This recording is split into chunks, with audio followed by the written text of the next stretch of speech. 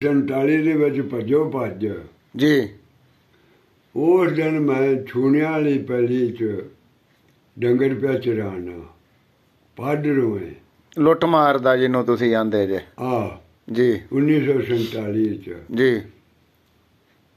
ਉਹ ਆਪਣੀ ਕੁਦਰਤ ਦੇ ਨਾਲ 2 ਕਿੱਲੇ ਦੁਆਣੇ ਨੇ ਕੱਟਿਆਂ ਦੇ ਪੱਕਣ ਵਾਲੇ ਤੇ 1 ਕਿੱਲਾ ਟਿੰਡੇ ਮਾਨੇ ਕੋਠੀ ਵਾਲੇ ਨਾਲ ਸ਼ੇਰ ਚਾਹੇ ਆਦਮੀ ਸੀ। ਇਹ ਆਪਣੇ ਘਰ ਤੋਂ ਕੋਈ 4 ਕਿਲੋਮੀਟਰ 4 ਮੀਲ ਸੀ ਕਿ 3 ਮੀਲ ਸੀ ਕੀ ਇਹ ਜਿਹੜੀ ਵਾੜੀ ਤੁਸੀਂ ਦੱਸ ਰਹੇ ਹੋ ਜਿੱਥੇ ਡੰਗਰ ਚਰਾ ਰਹੇ ਸੀ?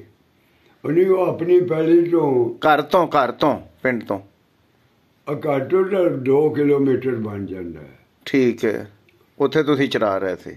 ਉੱਥੇ ਚਰਾ ਰਹੇ ਹਾਂ। ਇੱਕ ਗਾਮਣ ਘੁਮਿਆਰ ਬੂਲਾ ਗੜੀ ਦਾ ਹਾਂਜੀ ਉਹ ਖੋਟੇ ਪੈ ਚਰਾਉਂਦਾ ਬੂਲਾ ਗੜੀ ਤੇ ਲੈਂਦੇ ਦਾ ਜੀ ਪਰ ਉਹ ਇੱਕ ਸਿੱਖ ਆਇਆ ਨਾਨੂ ਵਾਲੇ ਵੱਲੋਂ ਅੱਛਾ ਉਹ ਘੁਮਿਆਰ ਉਹਦੇ ਹੱਥੀ ਪੈ ਗਿਆ ਅੱਛਾ ਉਹ ਘੁਮਿਆਰ ਦੇ ਹੱਥ ਤਲਵਾਰ ਉਹਦੇ ਹੱਥ ਤੇ ਘੁਮਿਆਰ ਭੱਜ ਵਗਾ ਬੂਬੂ ਕਰ ਦਿੱਤੀ। ਇਹ ਜਿਹੜੇ ਆਸ਼ਿਕ ਜੀ ਸਨ ਮਾਮੇ ਖੀਵੇ ਕੇ ਇਹ ਸਾਰਾ ਖਾਲ ਹੀ ਬੂਲਾ ਗੜੀਆਂ ਦਾ ਇਹਨਾਂ ਵਾਇਆ ਸੀ।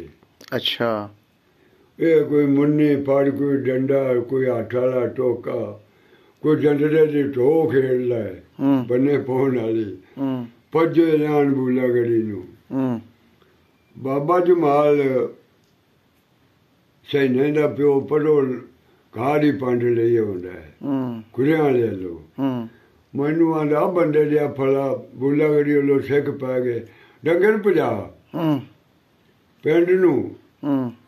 ਆ ਜਿਹੜੀ ਡੰਡੀ ਆਉਂਦੀ ਸੀ ਨੰਨੀ ਕੇ ਮੁਰੱਬੇ ਬੀਜੀ ਤੇ ਫਿਰ ਜੰਨ ਕੇ ਬੀਜੀ ਮੈਂ ਡਾਂਗ ਅੱਗੇ ਰੱਖੇ ਡੰਗਰ ਚਾਹੇ ਹੱਥ ਵੀ ਤੇਰਾ ਵੇਖ ਲਿਆ ਵੀ ਚੰਗਾ ਕੀਤਾ ਸੂ ਨਾਨੇ ਤੇਰੇ ਤਾਂ ਖੁਰਲੀਆਂ ਜੁੱਟੀਆਂ ਨੇ ਨੱਠੇ ਕੀ ਖੁਰਲੀ ਤੋਂ ਚਾਹੇ ਹਾਰ ਕੀ ਖੁਰਲੀ ਤੇ ਲਿਆਂਦੀ ਮੈਂ ਦਿਨ ਨੂੰ ਇਕੱਠੇ ਰਹਾਂਗੇ।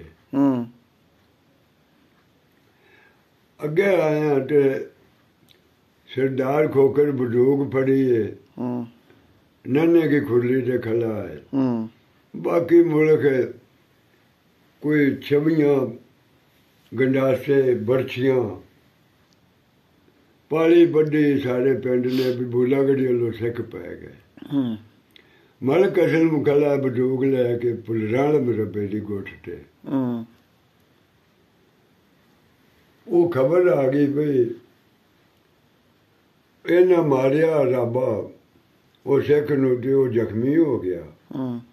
ਮੋੜੇ ਨਾ ਦੁੱਧ ਪਿਆਇਆ ਉਹਦਾ ਸਿਰ ਸੁਰ ਵੱਡਾ ਉਹਨੂੰ ਘੋੜੀ ਤੇ ਬਹਾ ਕੇ ਕੈਂਪ ਤੇ ਛੱਡ ਆਏ ਜੋੜੀਆਂ ਤੇ ਬੂਲਾ ਗੜੀਏ।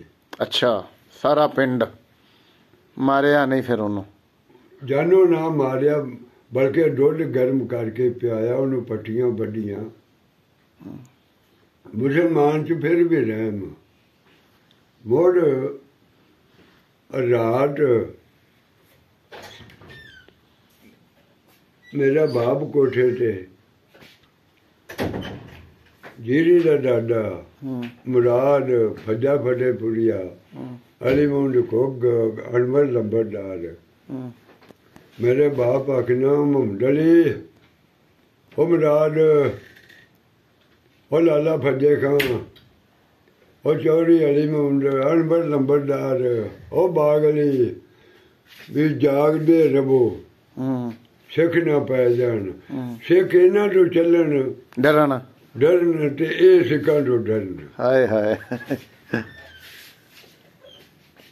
ਰਾਤ ਇਹਨਾਂ ਆਵਾਜ਼ਾਂ ਮਾਰ ਕੇ ਕੱਢੀ ਖੂਹਾਂ ਦੇ ਪਾਰੂ ਬਾਹਰ ਤੇ ਹੁੱਕੇ ਦੇ ਕੇ ਵੀ ਜਾਗਦੇ ਰਹਿਣਾ ਖੂਹਾਂ 'ਚ ਮੋਹਰਾ ਨਾ ਪਾ ਜਾਣਾ। ਗੰਢਿਆਂ ਨੂੰ ਟੀਕੇ ਲਾ ਕੇ ਰਾਵਾਂ 'ਤੇ ਸੁੱਟ ਜਾਣੇ। ਇੱਕ ਕੁਦਰਤੀ ਹੈਜਾ ਬੜਾ ਹੋਣ ਲੱਗ ਪਿਆ। ਐਲਾਨ ਪੈਦਲ ਹੋਕਾ ਹੀ ਮਿਲੇ ਵੀ ਕੋਈ ਡਿੱਗੀ ਟੱਠੀ ਸ਼ੈ ਫੜ ਕੇ ਨਾ ਖਾਣਾ। ਉਹ ਬੱਚਿਆ ਦਿਨ ਚੜਿਆ ਕਿਸੇ ਸ਼ਕੂਫਾ ਡਾਇਟਾ ਦੀ ਇਧਰੋਂ ਗੱਗੇ ਵੱਲੋਂ 900 ਸਿੱਖ ਤੇ ਇੱਕ ਟੱਕ ਕੋ ਕਤਲਾਮ ਕੀਤੀ ਆਉਂਦਾ ਹੈ।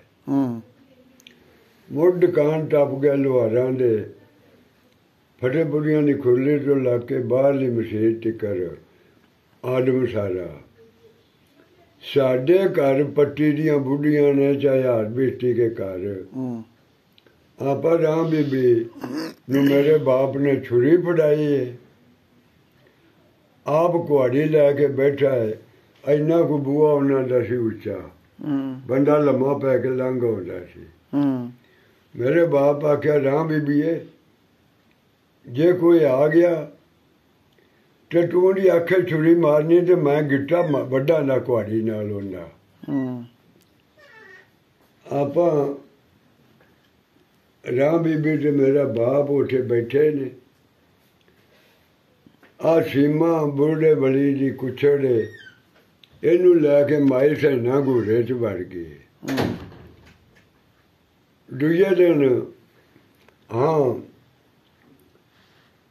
ਜਾਮਨੇ ਮੈਂ ਨੇ ਆਖਿਆ ਜਿਹਨੂੰ ਤੇਰੇ ਨਾਨੇ ਮਾਰਿਆ। ਉਹਨੇ ਆਖਿਆ ਮੈਨੂੰ ਕੋਈ ਘੋੜੀ ਦਿਓ ਮੈਂ ਪਤਾ ਕਰਕੇ ਆਉਣਾ।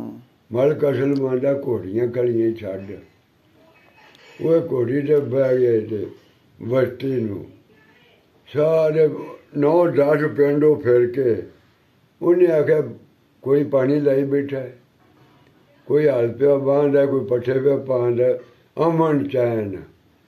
ਮੁੜ ਬੰਦੇ ਗਏ ਆਪਦੇ ਕਾਰੋਬਾਰਾਂ ਨੂੰ। ਦੂਜੇ ਦਿਨ ਪੱਟੋ ਅੱਗ ਲਾ ਦਿੱਤੀ ਬੰਦਿਆਂ। ਖੱਤਰੀ ਸਿੱਖਾਂ ਦੇ ਮਕਾਨਾਂ ਨੂੰ ਦੁਆਲੇ ਛੱਪੜ ਲਿਆ ਕੇ ਆ ਸਾਦੇ ਉਹ ਖੜਾ ਕਰ ਦੇਣਾ ਤੇ ਥੱਲੋਂ ਟੀਲੇ ਲਾ ਦੇਣੀ। ਉਹ ਦਿਨ ਲੱਭਾ ਜੰਮਿਆ ਜਦੋਂ ਪੱਟੋ ਅੱਗ ਲੱਗੀ। ਉਹ ਫਿਰ ਸੜ ਗਏ ਵਿਚਾਰੇ ਵਿੱਚੇ ਹੀ। ਉਹ ਉੱਤੋਂ ਉਹ ਕੀ ਕਰਨ, ਉਹ ਵੱਢ ਕੇ ਆਪਦੇ ਬਾਲ ਤੇ ਆਪ ਸੱਟਣ। ਆਖਰ ਮੁਸਲਿਓ ਤੁਹਾਡੇ ਹੱਥੋਂ ਨਹੀਂ ਮਰਨਾ, ਛੇਕੜੇ ਜਿਹੜੇ ਰਹਿ ਜਾਣ ਉਹ ਆਪ ਛਾਲ ਮਾਰ ਦੇਣ ਅੱਗੇ 'ਚ। ਅੰਬਰਸਰੋਂ ਗੱਡੀ ਆਈ ਹੈ ਬੱਚਿਆ, ਬੀਬੀਆਂ ਦੇ ਥਣ ਵੱਡੇ ਨੇ, ਬਾਲਾਂ ਦੇ ਹੱਥਾਂ 'ਚ ਕਿਲ ਠੋਕੇ। ਮੁੜ ਇੱਥੇ ਮੁਸਲਮਾਨਾਂ ਵੇਖੀਏ